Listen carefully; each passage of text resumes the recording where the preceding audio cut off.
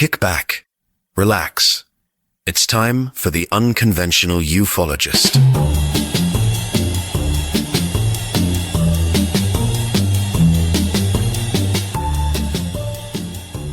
Hello and welcome to this episode of the Unconventional Ufologist. I'm Steve Yarwood and I'll be taking you through the utterly preposterous chronicle of UFO, or UAP, disclosure. There is, for now at least, a small blue-green planet spinning through the vast inky void of space. Its inhabitants perpetually squinting upwards at the heavens with a mixture of awe, suspicion and the nagging feeling they've forgotten something important. This planet, as you may have guessed, is Earth. And it's long been obsessed with things in the sky that refuse to behave like respectable clouds or the occasional lost seagull.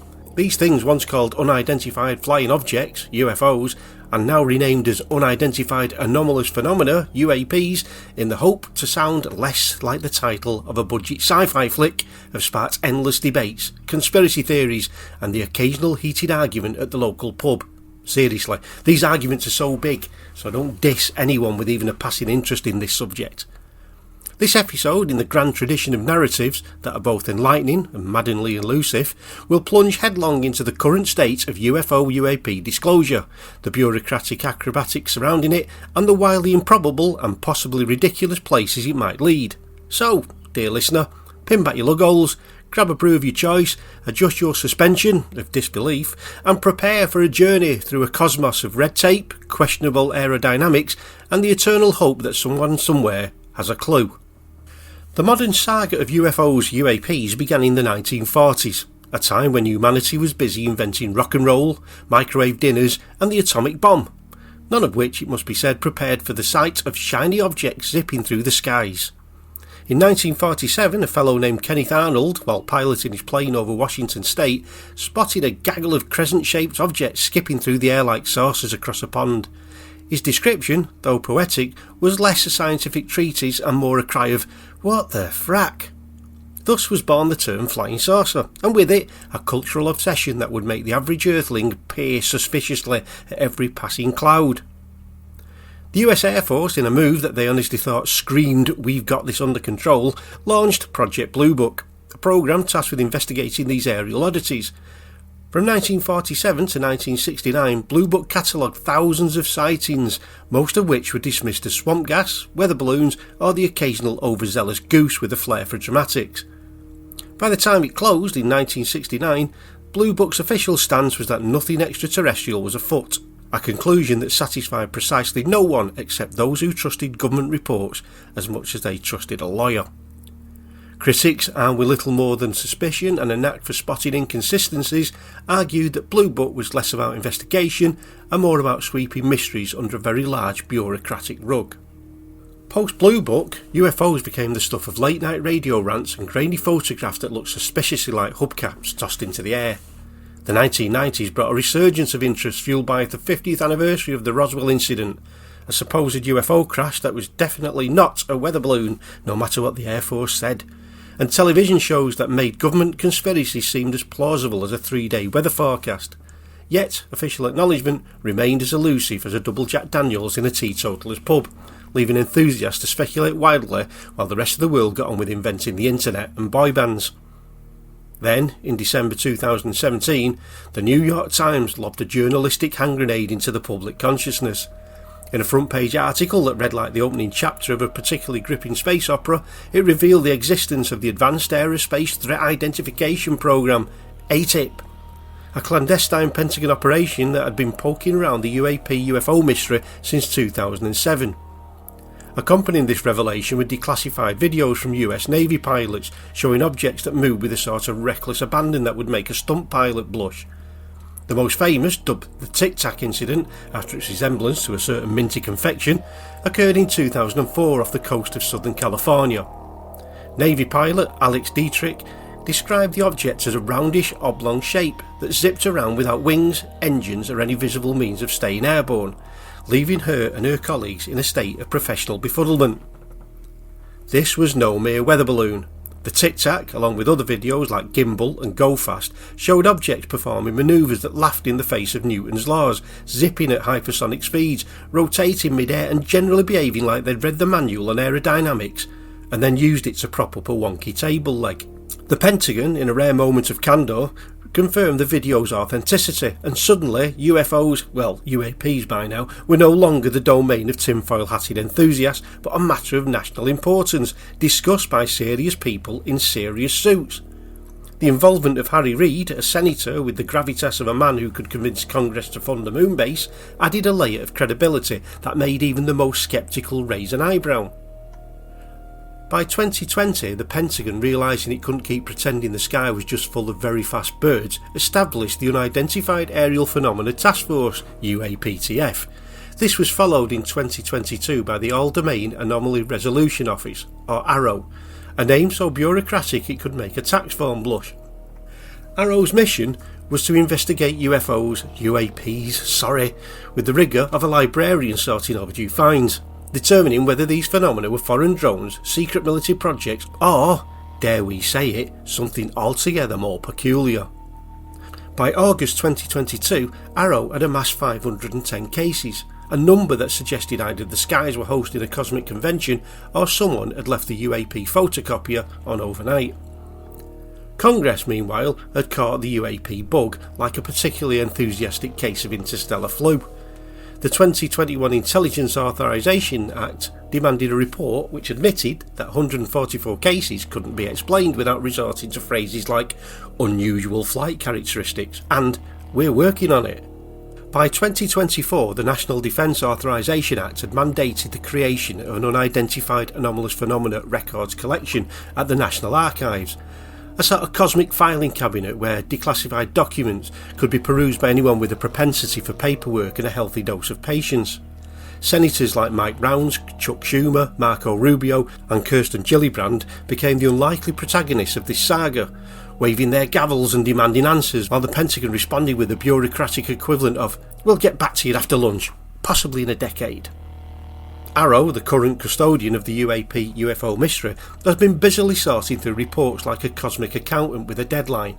Its 2024 annual report to Congress listed 510 cases, of which 171 were deemed sufficiently weird to warrant further scrutiny. Most sightings, it turns out, were caused by drones, balloons or the occasional flock of geese with a flair for formation flying. However, a tantalising 2 to 5% of cases remain stubbornly unexplained, featuring objects that move with the sort of reckless abandon that would make a test pilot consider their career choices. AARO's director, John T. Kozlowski, told a Senate hearing in November 2024 that no verifiable evidence of extraterrestrial shenanigans had been found, but he admitted that some objects were very anomalous and required a closer look, preferably with a telescope and a stiff drink. To improve its cosmic detective work, AARO issued a sources sought notice in May 2025 for a custom case management system to be hosted on the Joint Worldwide Intelligent Communications System, JWICS. This system, which sounds like something a particularly pedantic pencil pusher might dream up, would categorise UAP UFO cases by type, severity and priority, convert data into structured formats and offer customisable dashboards for investigators. It's the sort of thing that makes one imagine a room full of bureaucrats staring at pie charts while stroking their chins and fidgeting with unlit pipes. Critics, however, argue that AARO's focus on national security might mean the juiciest bits of data are locked away in a filing cabinet marked classified. I mean really classified. Do not open unless you're very important. Congress, bless its overworked heart, has taken to the UAP UFO issue like a pack of intergalactic bloodhounds. Senators Rounds, Schumer, Rubio and Gillibrand have been particularly vocal, pushing for transparency with the zeal of someone trying to return a dodgy sirloin steak to Tesco. The proposed UAP Disclosure Act of 2024, modelled after the JFK Assassination Records Collection Act, aimed to establish a review board and a 7-year plan to spill the cosmic beans.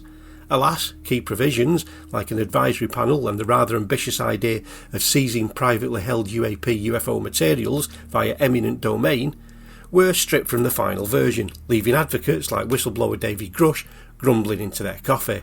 Grush, a former intelligence officer, caused a stir in 2023 by claiming the government possessed non-human craft and biological material, which sounds like the sort of thing you'll find in a sci-fi novel or a particularly wild office Christmas party. His testimony, alongside that of other whistleblowers like Luis Elizondo, a former ATIP official, has kept the pressure on. Elizondo, with the air of a man who's seen too many classified memos, has argued that disclosure is a process, not a single event, and that Congress is grappling with how to break the news without causing a planet-wide panic. Despite these efforts, no smoking ray gun has emerged, and classified versions of Arrow reports reportedly contain details that would make a conspiracy theory's head explode with glee. The public, meanwhile, has embraced UFOs, UAPs, with the enthusiasm of a species that's just discovered it might not be alone in the universe. A 2023 poll found that 43% of Americans were more curious about UAPs after the 2017 Pentagon videos, a figure that's likely spiked further with every new congressional hearing. Social media platforms like X have become a cosmic echo chamber, with users like @HoldenCulotta and @DisclosureOrg proclaiming imminent disclosures, new whistleblower testimony, or the arrival of little green real estate agents looking to sell timeshares on Mars. A January 2025 post boldly claimed that disclosure could begin tomorrow, while others speculated about non-human intelligence, or NHIs, or as we know them, the classic greys of UFO lore. These posts, while enthusiastic, often lack that pesky detail of evidence, making them as reliable as a weather forecast for Alpha Centauri. Mainstream media, in a rare departure from reporting on celebrity scandals and cat videos, has taken a cautious stab at UAP coverage. Outlets like the New York Times, NBC News and the Wall Street Journal have focused on the national security angle, steering clear of extraterrestrial speculation in favour of phrases like potential threat and advanced technology. Meanwhile, the BBC, mind you, have more important things like internal scandals. Documentaries like The Age of Disclosure lean harder into conspiracy territory, alleging government cover-ups while offering little in the way of concrete proof. This tug-of-war between serious reporting and sensationalism leaves the public caught between fascination and frustration, like a cosmic game of pin the tail on the truth. The scientific community, ever the voice of reason in a universe full of lunatics, has approached UAPs with a mixture of curiosity and a raised eyebrow. NASA's 2022 UAP independent study team, featuring brainy types like Joshua Semitar, concluded in 2023 that there's no evidence of extraterrestrial shenanigans, but recommended better data collection with fancy instruments. Harvard's Avi Loeb, a man who seems to have a telescope permanently glued to his face, has called for deploying state-of-the-art sensors at UAP hotspots, arguing that grainy videos from 1970s radar systems are about as useful as a paper towel in a supernova. A 2024 study in the Journal of Scientific Exploration took a different tack, examining the personality traits of UFO witnesses and finding that they often score high on openness and extroversion, debunking the stereotype of the wild-eyed nutter. This suggests that credible witnesses might be dismissed due to a scientific bias against anything that sounds like it belongs in a Spielberg film. Scientists like Mark Rodiger argue that UAPs are a legitimate puzzle deserving of study with an open mind and a closed conspiracy theory handbook. The Department of Defence, with its proclivity for secrecy, views UAPs through the lens of national security, like a general squinting at a radar screen and muttering, "Is that a Chinese drone or a Martian space dreadnought?" The 2021 UAPTF report noted that some UAPs could represent breakthrough aerospace capabilities from a rival nation, a concern echoed by Senator Mark Rubio, who probably has nightmares about Russian spaceships disguised as weather balloons. This focus on earthly adversaries means that much of the dubious data is locked away in classified reports, lest it reveal that the US military's radar is less sophisticated than a teenager's gaming console. Arrow, despite its lofty goals, has been accused of being a cosmic paper shuffler, more interested in debunking UAPs than investigating them. David Grush has called it a clearinghouse for dismissing weirdness, while Joshua Semitar has pleaded for less stigma around UAP reporting. The bureaucratic tendency to treat UAPs like an embarrassing relative at a family reunion, acknowledged but quickly ushered out of sight, means that its progress is slower than a Robin Reliant with 3 punctured tyres. Despite hundreds of reports, no irrefutable evidence of non-human hijinks has surfaced. Arrow's findings often pin UAPs on mundane causes, like the 2022 East Coast Naval exercise video, which turned out to be a drone rather than a visitor from Zeta Reticuli. Whistleblowers like Grush claim first-hand knowledge of exotic craft, but their lack of tangible proof is about as convincing as a politician promising free cake.